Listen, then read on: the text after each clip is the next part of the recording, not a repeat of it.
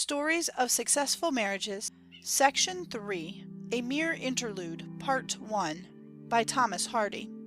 From the Bolton Weekly Journal, 17th and 24th October, 1885. 1. The traveller in school books, who vouched in driest tones for the fidelity to fact of the following narrative, used to add a ring of truth to it by opening with a nicety of criticism on the heroine's personality. People were wrong, he declared, when they surmised that Baptista Trewthen was a young woman with scarcely emotions or character. There was nothing in her to love and nothing to hate, so ran the general opinion. That she showed few positive qualities was true. The colors and tones which changing events paint on the faces of active womankind were looked for in vain upon hers. But still waters run deep, and no crisis had come in the years of her early maidenhood to demonstrate what lay hidden within her, like metal in a mine.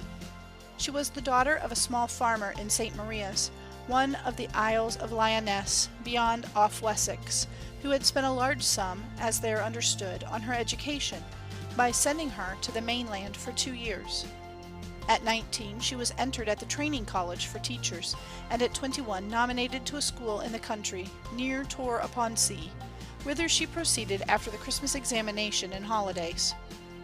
The months passed by from winter to spring and summer, and Baptista applied herself to her new duties as best she could, till an uneventful year had elapsed. Then an air of abstraction pervaded her bearing as she walked to and fro, twice a day, and she showed the traits of a person who had something on her mind. A widow, by name Mrs. Wace, in whose house Baptista Trewthen had been provided with a sitting-room and bedroom till the schoolhouse should be built, noticed this change in her youthful tenant's manner, and at last ventured to press her with a few questions. "It has nothing to do with the place, nor with you," said Miss Trewthen. "Then is it the salary?" "No, nor the salary." "Then it is something you have heard from home, my dear." Baptista was silent for a few moments. "It is Mr. Heddegan," she murmured. "Him they used to call David Heddegan before he got his money." "And who is the Mr. Heddegan they used to call David?" "An old bachelor at Giant's Town, St. Maria's, with no relations whatever, who lives about a stone's throw from my father's. When I was a child he used to take me on his knee and say he'd marry me some day. Now I am a woman, the jest has turned earnest, and he is anxious to do it. And father and mother say I can't do better than have him." "He's well off?" "Yes, he's the richest man we know, as a friend and neighbor." "How much older did you say he was than yourself?" "I didn't say. 20 years at least." "And an unpleasant man in the bargain, perhaps?" "No, he's not unpleasant."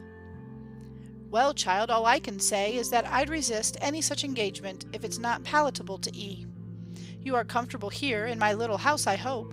All the parish like 'ee, and I've never been so cheerful since my poor husband left me to wear his wings, as I've been with 'ee as my lodger."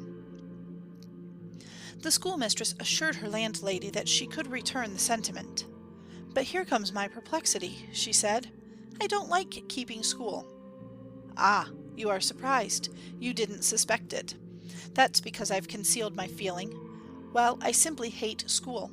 I don't care for children. They are unpleasant, troublesome little things, whom nothing would delight so much as to hear that you had fallen down dead. Yet I would even put up with them if it were not for the inspector. For 3 months before his visit I didn't sleep soundly, and the committee of council are always changing the code, so that you don't know what to teach and what to leave untaught. I think father and mother are right. They say I shall never excel as a schoolmistress if I dislike the work so, and that therefore I ought to get settled by marrying Mr. Heddegan. Between us two, I like him better than school, but I don't like him quite so much as to wish to marry him." These conversations, once begun, were continued from day to day, till at length the young girl's elderly friend and landlady threw in her opinion on the side of Mrs. Trewthen's parents. All things considered, she declared, the uncertainty of the school, the labor, Baptista's natural dislike for teaching, it would be as well to take what fate offered, and make the best of matters by wedding her father's old neighbor and prosperous friend. The Easter holidays came round, and Baptista went to spend them as usual in her native isle, going by train into Off Wessex and crossing by packet from Pen Zephyr. When she returned in the middle of April, her face wore a more settled aspect. "Well?" said the expectant Mrs. Wace. "I have agreed to have him as my husband," said Baptista in an offhand way. "Heaven knows if it will be for the best or not, but I have agreed to do it, and so the matter is settled." Mrs. Wace commended her, but Baptista did not care to dwell on the subject, so that allusion to it was very infrequent between them. Nevertheless, among other things, she repeated to the widow from time to time in monosyllabic remarks that the wedding was really impending, that it was arranged for the summer, and that she had given notice of leaving the school at the August holidays. Later on she announced more specifically that her marriage was to take place immediately after her return home at the beginning of the month aforesaid. She now corresponded regularly with Mr. Heddegan. Her letters from him were seen, at least on the outside, and in part within, by Mrs. Wace. Had she read more of their interiors than the occasional sentences shown her by Baptista, she would have perceived that the scratchy, rusty handwriting of Miss Trewthen's betrothed conveyed little more matter than details of their future housekeeping and his preparations for the same, with innumerable "my dears" sprinkled in disconnectedly to show the depth of his affection without the inconveniences of syntax. 2. It was the end of July, dry, too dry, even for the season, the delicate green herbs and vegetables that grew in this favoured end of the kingdom tasting rather of the watering pot than of the pure, fresh moisture from the skies. Baptista's boxes were packed, and one Saturday morning she departed by a wagonette to the station, and thence by train to Pen Zephyr, from which port she was, as usual, to cross the water immediately to her home, and become Mr. Heddegan's wife on the Wednesday of the week following. She might have returned a week sooner, but though the wedding day had loomed so near, and the banns were out, she delayed her departure till this last moment, saying it was not necessary for her to be at home long beforehand. As Mr. Heddegan was older than herself, she said, she was to be married in her ordinary summer bonnet and grey silk frock, and there were no preparations to make that had not been amply made by her parents and intended husband. In due time, after a hot and tedious journey, she reached Pen Zephyr. She here obtained some refreshment, and then went towards the pier, where she learnt to her surprise that the little steamboat plying between the town and the island had left at 11 o'clock, the usual departure in the afternoon having been forestalled in consequence of the fogs which had for a few days prevailed towards evening, making twilight navigation dangerous. This being Saturday, there was now no other boat till Tuesday, and it became obvious that here she would have to remain for the 3 days, unless her friends should think fit to rig out one of the island sailing boats and come to fetch her, a not very likely contingency, the sea distance being nearly 40 miles. Baptista, however, had been detained in Pen Zephyr on more than one occasion before, either on account of bad weather or some such reason as the present, and she was therefore not in any personal alarm. But, as she was to be married on the following Wednesday, the delay was certainly inconvenient to a more than ordinary degree, since it would leave less than a day's interval between her arrival and the wedding ceremony. Apart from this awkwardness, she did not much mind the accident. It was indeed curious to see how little she minded. Perhaps it would not be too much to say that although she was going to do the critical deed of her life quite willingly, she experienced an indefinable relief at the postponement of her meeting with Heddegan. But her manner, after making discovery of the hindrance, was quiet and subdued, even to passivity itself, as was instanced by her having, at the moment of receiving information that the steamer had sailed, replied, "Oh," so coolly to the porter with her luggage, that he was almost disappointed at her lack of disappointment. The question now was, should she return again to Mrs. Wace in the village of Lower Wessex, or wait in the town at which she had arrived? She would have preferred to go back, but the distance was too great. Moreover, having left the place for good, and somewhat dramatically to become a bride, a return, even for so short a space, would have been a trifle humiliating. Leaving, then, her boxes at the station, her next anxiety was to secure a respectable, or rather genteel, lodging in the popular seaside resort confronting her. To this end she looked about the town, in which, though she had passed through it half a dozen times, she was practically a stranger. Baptista found a room to suit her over a fruiterer's shop, where she made herself at home and set herself in order after her journey. An early cup of tea having revived her spirits, she walked out to the reconnoitre. Being a schoolmistress, she avoided looking at the schools, and having a sort of trade connection with books, she avoided looking at the booksellers, but weary of the other shops, she inspected the churches. Not that, for her own part, she cared much about ecclesiastical edifices, but tourists looked at them, and so would she, a proceeding for which no one would have credited her with any great originality, such, for instance, as she subsequently showed herself to possess. The churches soon oppressed her. She tried the museum, but came out because it seemed lonely and tedious. Yet the town and the walks in this land of strawberries, these headquarters of early English flowers and fruits, were then, as always, attractive. From the more picturesque streets she went to the town gardens and the pier and the harbor, and looked at the men at work there, loading and unloading as in the time of the Phoenicians. Not Baptista? Yes, Baptista it is. The words were uttered behind her. Turning round, she gave a start, and became confused, even agitated, for a moment. Then she said, in her usual undemonstrative manner, "Oh, is it really you, Charles?" Without speaking again at once, and with a half smile, the newcomer glanced her over. There was much criticism, and some resentment, even temper, in his eye. "I am going home," continued she, "but I have missed the boat." He scarcely seemed to take in the meaning of this explanation, in the intensity of his critical survey. "Teaching still? What a fine schoolmistress you make, Baptista, I warrant," he said with a slight flavour of sarcasm, which was not lost upon her. "I know I am nothing to brag of," she replied. "That's why I've given up." "Oh, given up? You astonish me." "I hate the profession." "Perhaps that's because I am in it." "Oh, no, it isn't. But I am going to enter on another life altogether. I am going to be married next week, to Mr. David Heddegan."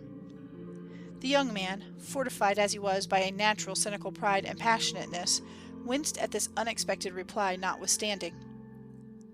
"Who is Mr. David Heddegan?" he asked as indifferently as lay in his power. She informed him the bearer of the name was a general merchant of Giant's Town, St. Maria's Island, her father's nearest neighbour and oldest friend. "Then we shan't see anything more of you on the mainland?" inquired the schoolmaster. "Oh, I don't know about that," said Miss Trewthen. "Here endeth the career of the belle of the boarding school your father was foolish enough to send you to. A general merchant's wife in the Lioness Isles. Will you sell pounds of soap and pennyworths of tin tacks, or whole bars of saponaceous matter, and great tenpenny nails?" "He's not in such a small way as that," she almost pleaded. "He owns ships, though they are rather little ones." "Oh, well, it is much the same. Come, let us walk on. It is tedious to stand still. I thought you would be a failure in education," he continued, when she obeyed him and strolled ahead. "You never showed power that way. You remind me much of some of those women who think they are sure to be great actresses if they go on the stage, because they have a pretty face, and forget that what we require is acting. But you found your mistake, didn't you?" "Don't taunt me, Charles."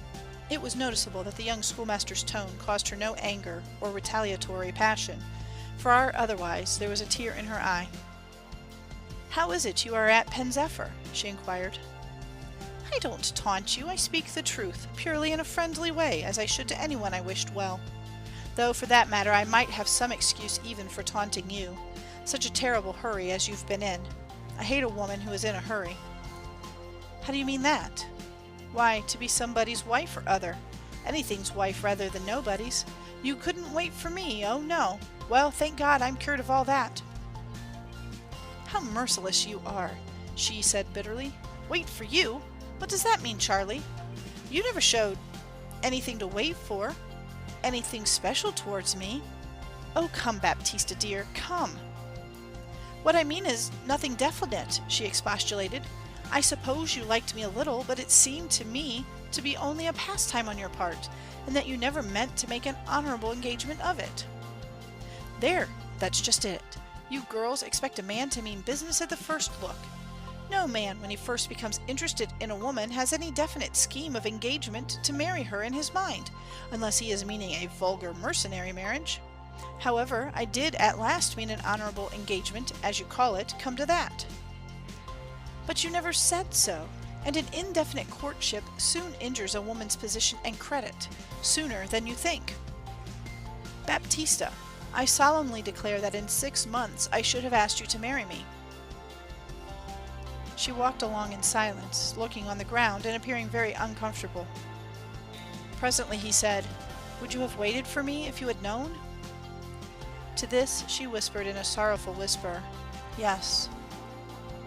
They went still farther in silence, passing along one of the beautiful walks on the outskirts of the town, yet not observant of scene or situation. Her shoulder and his were close together, and he clasped his fingers round the small of her arm, quite lightly and without any attempt at impetus, and yet the act seemed to say, "Now I hold you, and my will must be yours." Recurring to a previous question of hers, he said, "I have merely run down here for a day or two from school near Trufal, before going off to the north for the rest of my holiday. I have seen my relations at Redrutin quite lately, so I am not going there at this time. How little I thought of meeting you! How very different the circumstances would have been if, instead of parting again as we must in half an hour or so, possibly for ever, you had been now just going off with me, as my wife, on our honeymoon trip. Ha ha! Well, so humorous is life." She stopped suddenly. "I must go back now. This is altogether too painful, Charlie.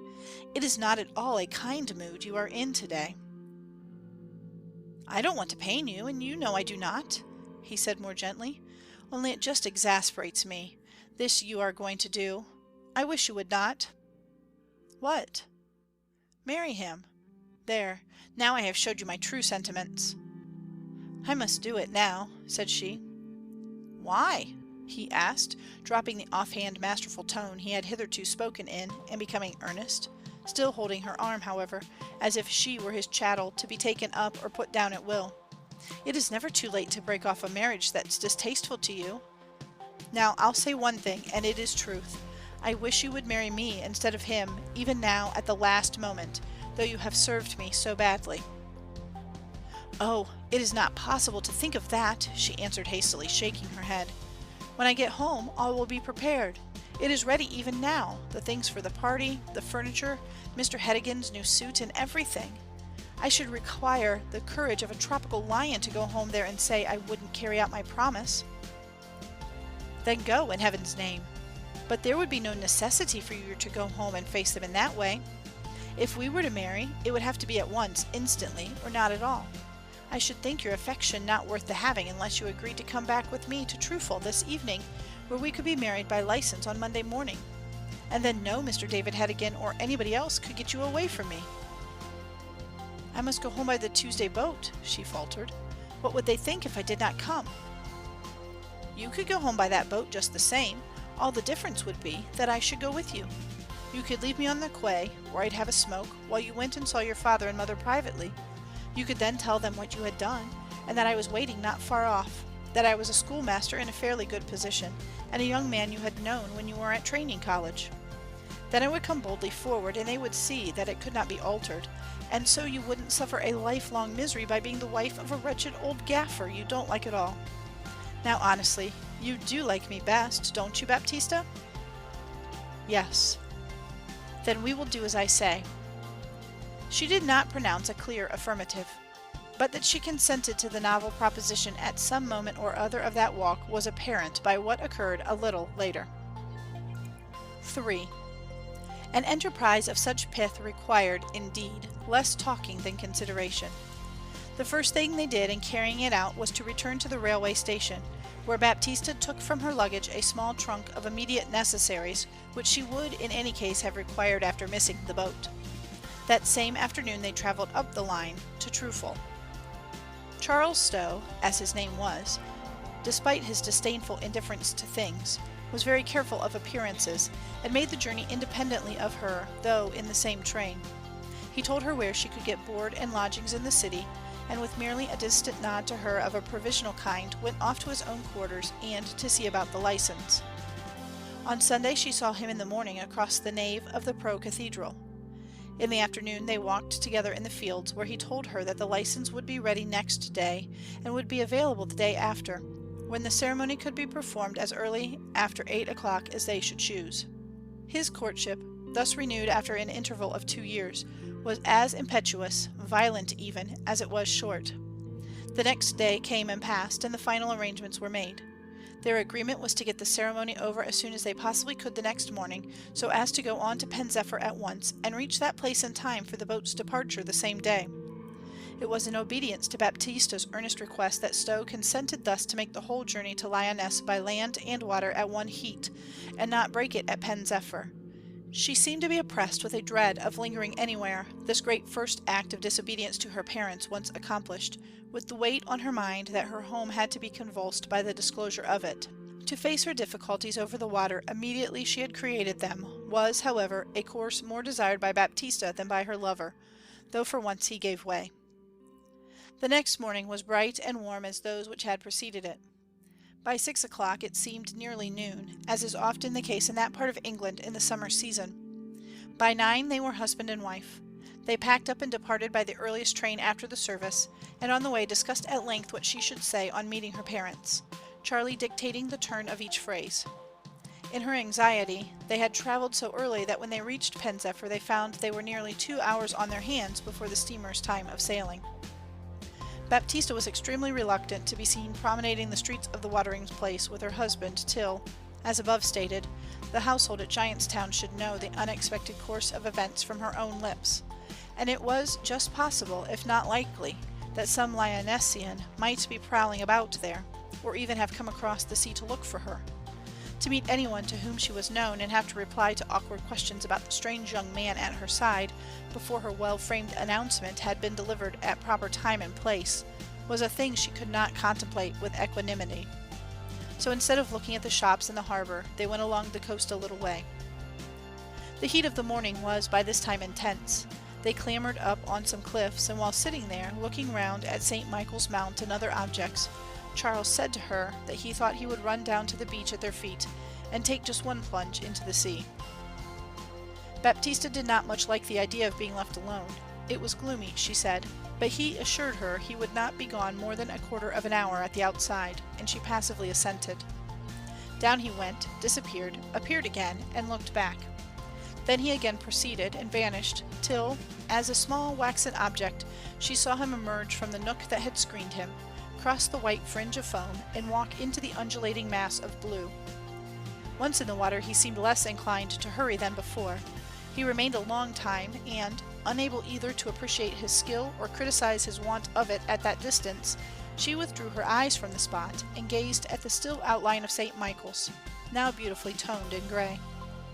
Her anxiety for the hour of departure, and to cope at once with the approaching incidents that she would have to manipulate as best she could, sent her into a reverie.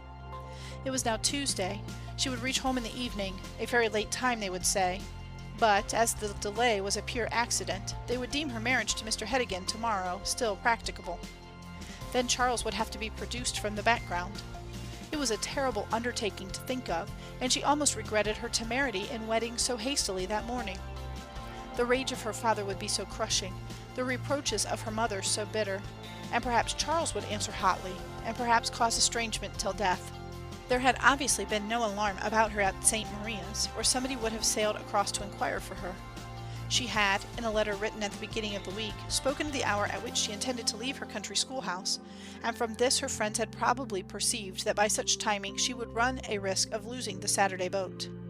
She had missed it, and as a consequence sat here on the shore as Mrs. Charles Stow.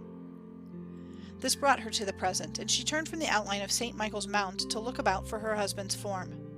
He was, as far as she could discover, no longer in the sea. Then he was dressing. By moving a few steps she could see where his clothes lay, but Charles was not beside them. Baptista looked back again at the water in bewilderment, as if her senses were the victim of some sleight of hand. Not a speck or spot resembling a man's head or face showed anywhere. By this time she was alarmed, and her alarm intensified when she perceived a little beyond the scene of her husband's bathing a small area of water, the quality of whose surface differed from that of the surrounding expanse as the coarse vegetation of some foul patch in a mead differs from the fine green of the remainder. Elsewhere it looked flexuous, here it looked vermiculated and lumpy, and her marine experiences suggested to her in a moment that two currents met and caused a turmoil at this place. She descended as hastily as her trembling limbs would allow. The way down was terribly long, and before reaching the heap of clothes it occurred to her that, after all, it would be best to run first for help. Hastening along in a lateral direction, she proceeded inland till she met a man, and soon afterwards 2 others. To them she exclaimed, "I think a gentleman who is bathing is in some danger. I cannot see him as I could. Will you please run and help him at once, if you will be so kind?" She did not think of turning to show them the exact spot, indicating it vaguely by the direction of her hand, and still going on her way with the idea of gaining more assistance. When she deemed, in her faintness, that she had carried the alarm far enough, she faced about and dragged herself back again. Before reaching the now dreaded spot, she met one of the men. "We can see nothing at all, miss," he declared. Having gained the beach, she found the tide in and no sign of Charlie's clothes. The other men whom she had besought to come had disappeared. It must have been in some other direction, for she had not met them going away. They, finding nothing, had probably thought her alarm a mere conjecture, and given up the quest. Baptista sank down upon the stones near at hand. Where Charlie had undressed was now sea. There could not be the least doubt that he was drowned and his body sucked under by the current, while his clothes, lying within high water mark, had probably been carried away by the rising tide. She remained in a stupor for some minutes, till a strange sensation succeeded the aforesaid perceptions, mystifying her intelligence and leaving her physically almost inert. With his personal disappearance, the last 3 days of her life with him seemed to be swallowed up. Also his image, in her mind's eye, waned curiously, receded far away, grew stranger and stranger, less and less real. Their meeting and marriage had been so sudden, unpremeditated, adventurous, that she could hardly believe that she had played her part in such a reckless drama. Of all the few hours of her life with Charles, the portion that most insisted in coming back to memory was their fortuitous encounter on the previous Saturday, and those bitter reprimands with which he had begun the attack, as it might be called, which had piqued her to an unexpected consummation. A sort of cruelty and imperiousness, even in his warmth, had characterized Charles Stow. As a lover he had ever been a bit of a tyrant, and it might pretty truly have been said that he had stung her into marriage with him at last. Still more alien from her life did these reflections operate to make him, and then they would be chased away by an interval of passionate weeping and mad regret. Finally there returned upon the confused mind of the young wife the recollection that she was on her way homeward, and that the packet would sail in 3/4 of an hour. Except the parasol in her hand, all she possessed was at the station awaiting her onward journey. She looked in that direction, and, entering one of those undemonstrative phases so common with her, walked quietly on. At first she made straight for the railway, but suddenly turning she went to a shop and wrote an anonymous line announcing his death by drowning to the only person she had ever heard Charles mention as a relative. Posting this stealthily and with a fearful look around her, she seemed to acquire a terror of the late events, pursuing her way to the station as if followed by a spectre. When she got to the office she asked for the luggage that she had left there on Saturday, as well as the trunk left on the morning just lapsed. All were put in the boat, and she herself followed. Quickly as these things had been done, the whole proceeding, nevertheless, had been almost automatic on Baptista's part, ere she had come to any definite conclusion on her course. Just before the bell rang she heard a conversation on the pier, which removed the last shade of doubt from her mind, if any had existed, that she was Charles Stow's widow. The sentences were but fragmentary, but she could easily piece them out. A man drowned. Swam out too far. Was a stranger to the place. People in a boat. Saw him go down. Couldn't get there in time. The news was little more definite than this as yet, though it may as well be stated once for all that the statement was true. Charlie, with the overconfidence of his nature, had ventured out too far for his strength, and succumbed in the absence of assistance, his lifeless body being at the moment suspended in the transparent mid-depths of the bay. His clothes, however, had merely been gently lifted by the rising tide, and floated into a nook hard by, where they lay out of sight of the passers-by till a day or two after. 4. In 10 minutes they were steaming out of the harbour for their voyage of 4 or 5 hours, at whose ending she would have to tell her strange story. As Pen Zephyr and all its environing scenes disappeared behind Mousehole and St. Clement's Isle, Baptista's ephemeral, meteor-like husband impressed her yet more as a fantasy. She was still in such a trance-like state that she had been an hour on the little packet boat before she became aware of the agitating fact that Mr. Heddigan was on board with her. Involuntarily she slipped from her left hand the symbol of her wifehood. "He! Well, the truth it is, I wouldn't interrupt 'ee. I reckon she don't see me, or won't see me, I said, and what's the hurry? She'll see enough o' me soon. I hope ye be well, me dear." He was a hale, well-conditioned man of about 55, of the complexion common to those whose lives are passed on the bluffs and beaches of an ocean isle. He extended the forequarters of his face in a genial smile, and his hand for a grasp of the same magnitude. She gave her own in surprised docility, and he continued: "I couldn't help coming across to meet 'ee. What an unfortunate thing you missing the boat and not coming Saturday. They meant to have warned 'ee that the time was changed, but forgot it at the last moment. The truth is that I should have informed 'ee myself, but I was that busy finishing up a job last week, so as to have this week free, that I trusted to your father for attending to these little things. However, so plain and quiet as it is all to be, it really do not matter so much as it might otherwise have done, and I hope ye haven't been greatly put out. Now, if you'd sooner that I should not be seen talking to ye, if ye feel shy at all before strangers, just say. I'll leave ye to yourself till we get home." "Thank you much. I am indeed a little tired, Mr. Heddegan." He nodded urbane acquiescence, strolled away immediately, and minutely inspected the surface of the funnel, till some female passengers of Giant's Town tittered at what they must have thought a rebuff, for the approaching wedding was known to many on St. Maria's Island, though to nobody elsewhere. Baptista coloured at their satire, and called him back, and forced herself to commune with him in at least a mechanically friendly manner. The opening event had been thus different from her expectation, and she had adumbrated no act to meet it. Taken aback, she passively allowed circumstances to pilot her along, and so the voyage was made. It was near dusk when they touched the pier of Giant's Town, where several friends and neighbours stood awaiting them. Her father had a lantern in his hand. Her mother, too, was there, reproachfully glad that the delay had at last ended so simply. Mrs. Trewthen and her daughter went together along the Giant's Walk, or promenade, to the house, rather in advance of her husband and Mr. Heddegan, who talked in loud tones which reached the women over their shoulders.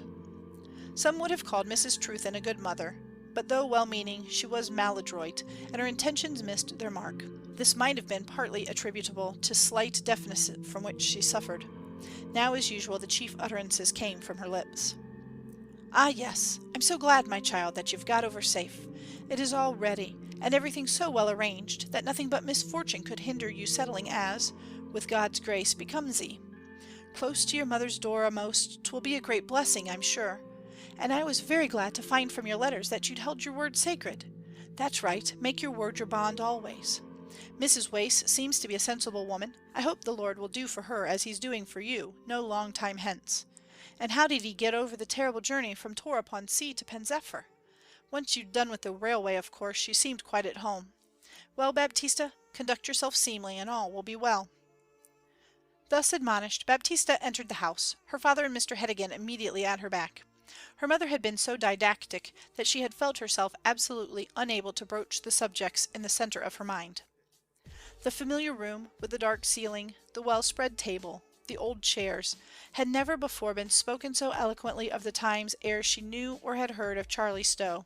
She went upstairs to take off her things, her mother remaining below to complete the disposition of the supper, and attend to the preparation of tomorrow's meal, altogether composing such an array of pies, from pies of fish to pies of turnips, which was never heard outside of the Western Duchy. Baptista, once alone, sat down and did nothing, and was called before she had taken off her bonnet. "I'm coming!" she cried, jumping up, and speedily disappareling herself, brushed her hair with a few touches and went down. 2 or 3 of Mr. Heddegan's and her father's friends had dropped in, and expressed their sympathy for the delay she had been subjected to. The meal was a most merry one, except to Baptista.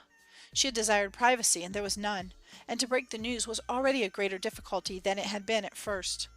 Everything around her, animate and inanimate, great and small, insisted that she had come home to be married, and she could not get a chance to say nay. 1 or 2 people sang songs as overtures to the melody of the morrow, till at length bedtime came, and they all withdrew, her mother having retired a little earlier. When Baptista found herself again alone in her bedroom, the case stood as before. She had come home with much to say, and she had said nothing. It was now growing clear even to herself that, Charles being dead, she had not determination sufficient within her to break tidings which, had he been alive, would have been imperatively announced themselves. And thus with the stroke of midnight came the turning of the scale; her story should remain untold. It was not upon the whole she thought it best not to attempt to tell it, but that she could not undertake so explosive a matter. To stop the wedding now would cause a convulsion in Giant's Town little short of volcanic. Weakened, tired, and terrified as she had been by the day's adventures, she could not make herself the author of such a catastrophe. But how refuse Heddegan without telling? It really seemed to her as if her marriage with Mr. Heddegan were about to take place as if nothing had intervened. Morning came. The events of the previous days were cut off from her present existence by scene and sentiment more completely than ever. Charles Stow had grown to be a special being of whom, owing to his character, she entertained rather fearful than loving memory. Baptista could hear when she awoke that her parents were already moving about downstairs, but she did not rise till her mother's rather rough voice resounded up the staircase as it had done on the preceding evening. "Baptista! Come, time to be stirring. The man will be here, by heaven's blessing, in 3/4 of an hour. He has looked in already for a minute or two, and says he's going to the church to see if things be well forward." Baptista arose, looked out of the window, and took the easy course. When she emerged from the regions above, she was arrayed in her new silk frock and best stockings, wearing a linen jacket over the former for breakfasting, and her common slippers over the latter, not to spoil the new ones on the rough precincts of the dwelling. It is unnecessary to dwell at any great length on this part of the morning's proceedings. She revealed nothing, and married Heddegan, as she had given her word to do, on that appointed August day. End of Section 3.